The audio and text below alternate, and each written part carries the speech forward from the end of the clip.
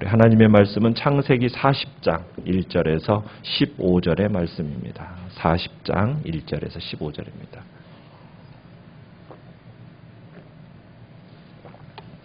(1절) 제가 먼저 읽겠습니다. 그 후에 애굽 왕의 술 맡은 자와 떡 굽는 자가 그들의 주인 애굽 왕에게 범죄한지라.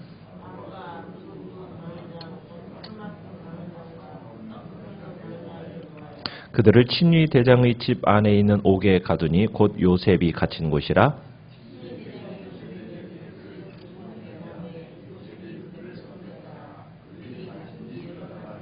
옥에 갇힌 애굽 왕의 술 맡은 자와 떡 굽는 자 두 사람이 하룻밤에 꿈을 꾸니 각기 그 내용이 다르더라.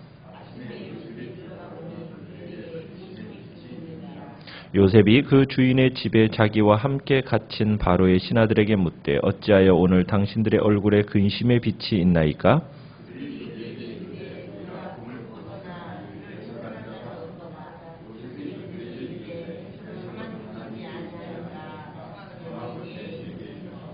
술 맡은 관원장이 그의 꿈을 요셉에게 말하여 이르되 내가 꿈에 보니 내 앞에 포도나무가 있는데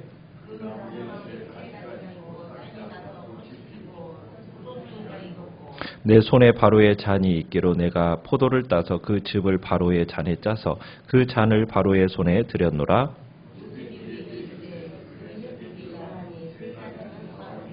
지금부터 사흘 안에 바로가 당신의 머리를 들고 당신의 전직을 회복시키리니 당신이 그 전에 술 맡은 자가 되었을 때 하던 것 같이 바로의 잔을 그의 손에 들이게 되리이다.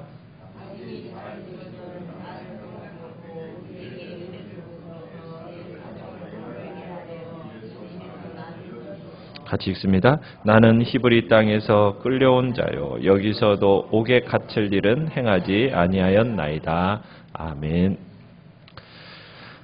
요셉이 이제 보디발의 집에 끌려와서 감옥에 투옥된 지 얼마나 지났을까요? 우리는 요셉이 감옥에서 얼마나 많은 세월을 보냈는지는 정확하게 알 수는 없습니다.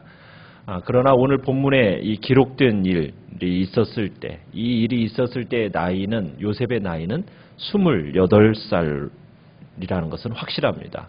왜냐하면 이제 요셉이 2년 후가 되면은 애굽 왕 바로 앞에 서게 되는데 그때 나이가 요셉의 나이가 30세가 되기 때문입니다. 자, 어느 날 바로에 신임하던 이제 관원장 둘이 바로의 미움을 받게 되어서 요셉이 갇혀 있는 이 감옥에 투옥되는 사건이 있게 됩니다. 이 사람들은 바로의 최종적인 결정을 기다리기 위해서 감금이 된 겁니다. 요셉이 있던 감옥으로 끌려온 이 바로의 두 관원장, 하나는 술 맡은 관원장, 그러니까 술잔을 왕에게 올리는 술 관원장이었고, 하나는 왕이 먹을 빵을 굽는 빵 관원장이었습니다. 그러니까 왕의 주방장이었다라고 볼 수 있는 겁니다. 어떻게 보면 궁중에서 술과 떡을 맡은 관원장은 왕의 식사, 그리고 왕의 술을 드리는 일을 하는 사람이기 때문에 어떻게 보면 왕에게서 제일 가깝고 신뢰하는 사람들이 이러한 자리에 오를 수가 있습니다.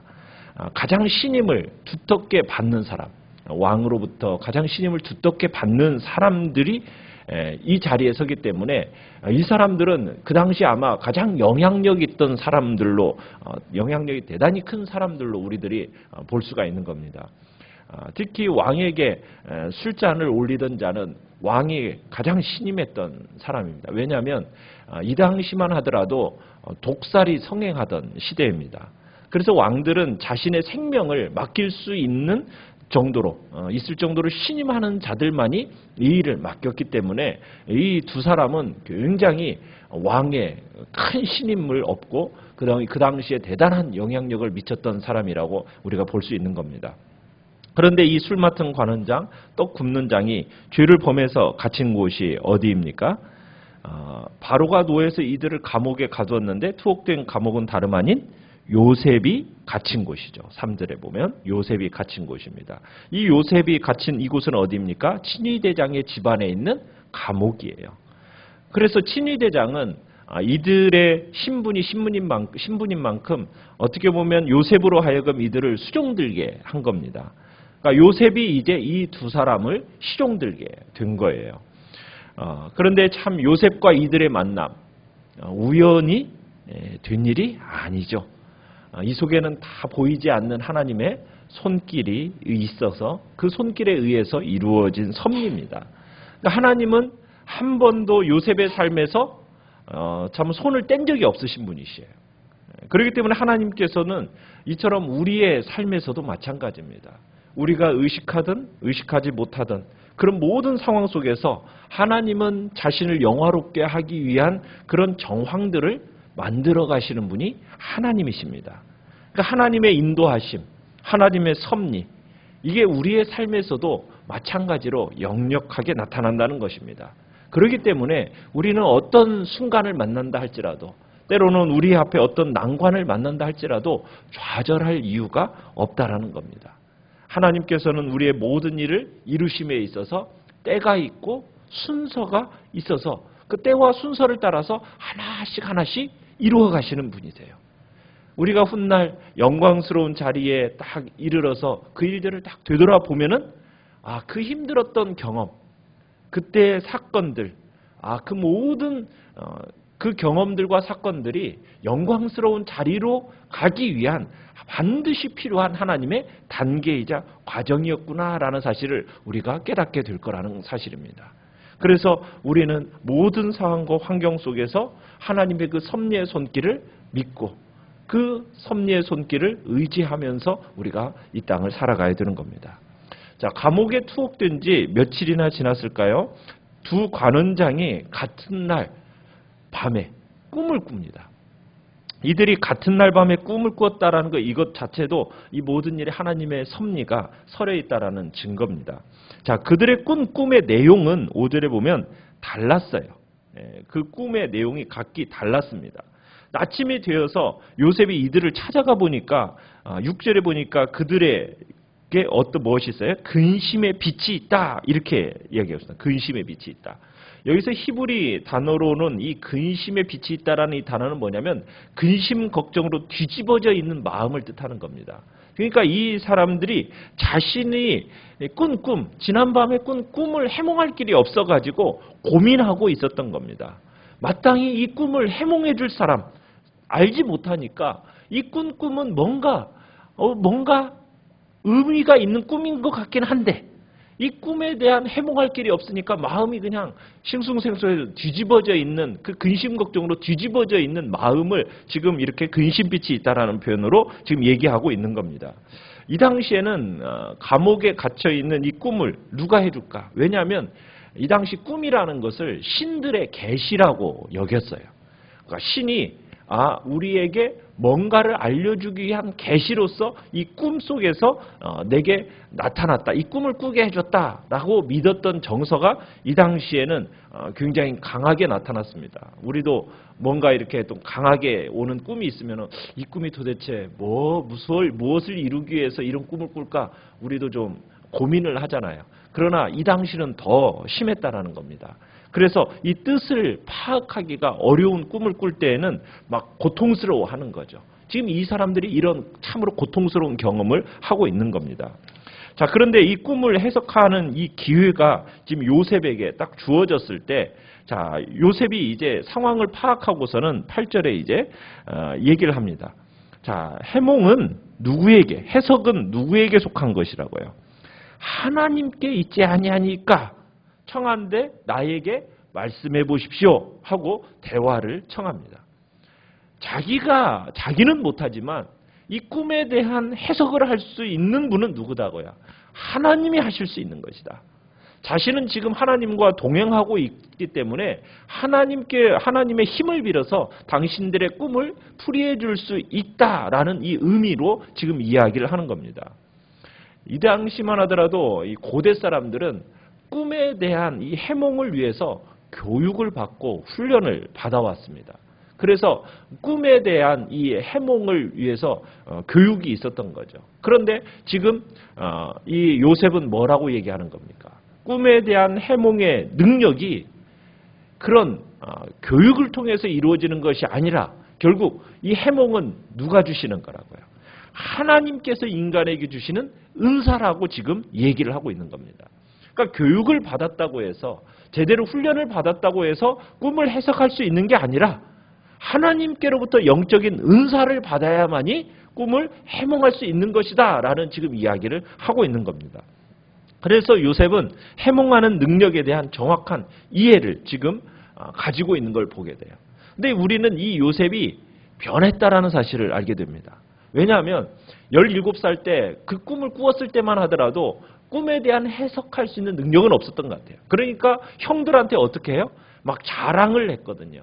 자신의 꿈이 무엇을 의미하는지 정확하게 잘 알지를 못했어요. 그런데 이제 세월이 흘러서 이제 지금 거의 10년이라는 세월이 흐르는 동안에 이 요셉에게는 어느덧 이 꿈을 해석할 수 있는 능력을 소유하게 됐던 것 같아요. 자, 그러더니 이제 바로에게 술잔을 올리던 그 관원장이 먼저 꾼 꿈을 말하기 시작합니다. 근데 이 꿈이 긍정적인 꿈이에요.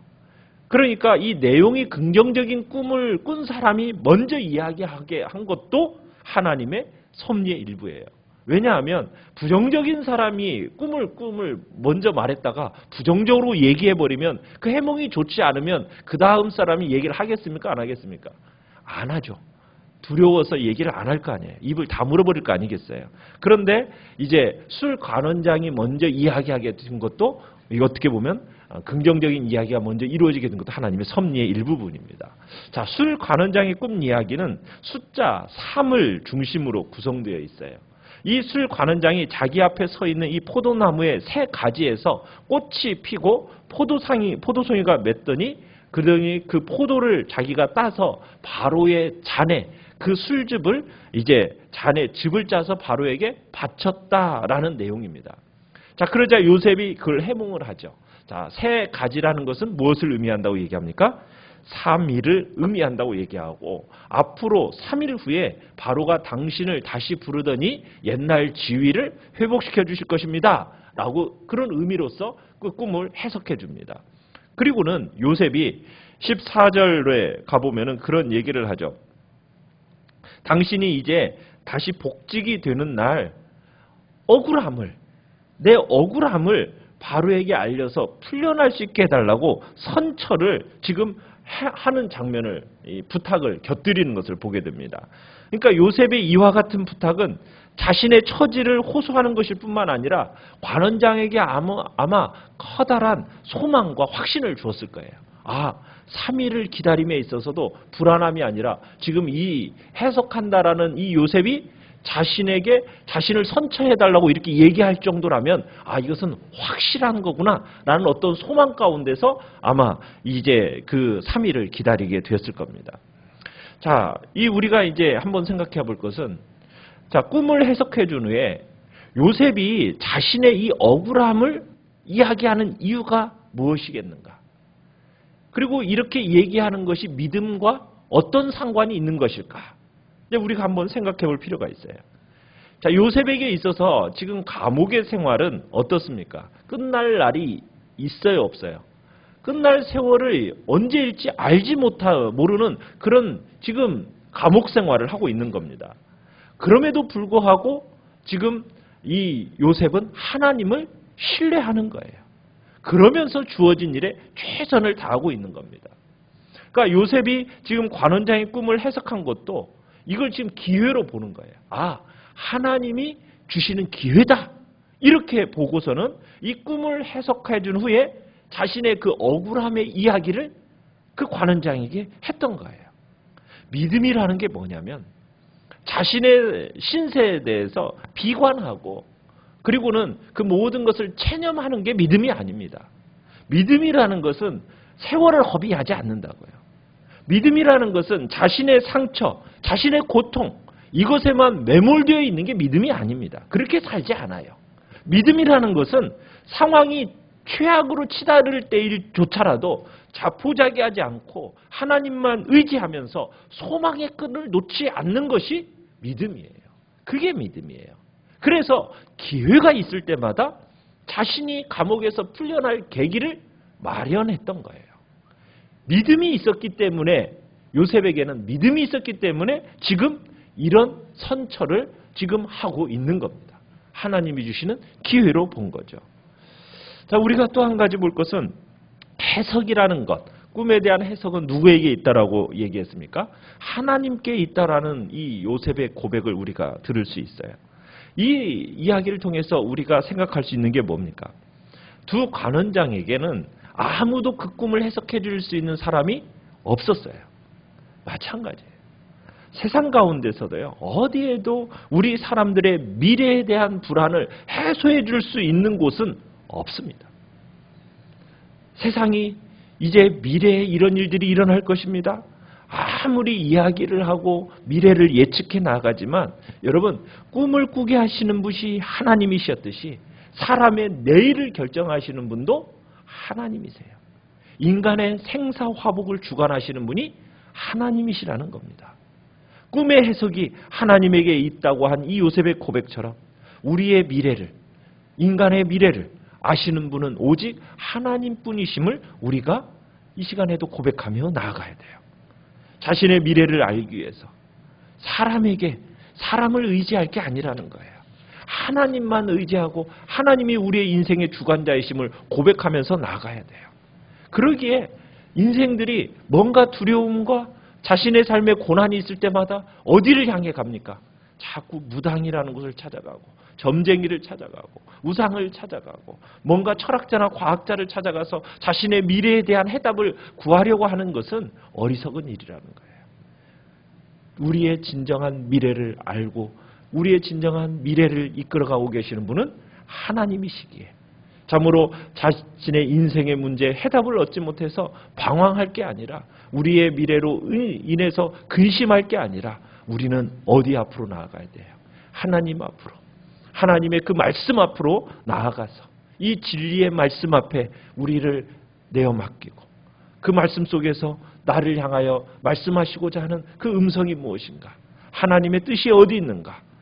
우리는 그 말씀 앞으로 주님 앞으로 나아가야 되는 것입니다. 진정 불안과 근심의 먹구름이 우리 앞에 주어졌을 때 참으로 주님 앞에 믿음으로 그리고 하나님의 말씀으로 나아가서 그 확실한 깨달음과 소망을 내게 달라고 우리는 주님 앞에 이 시간 기도하며 나아갈 것입니다.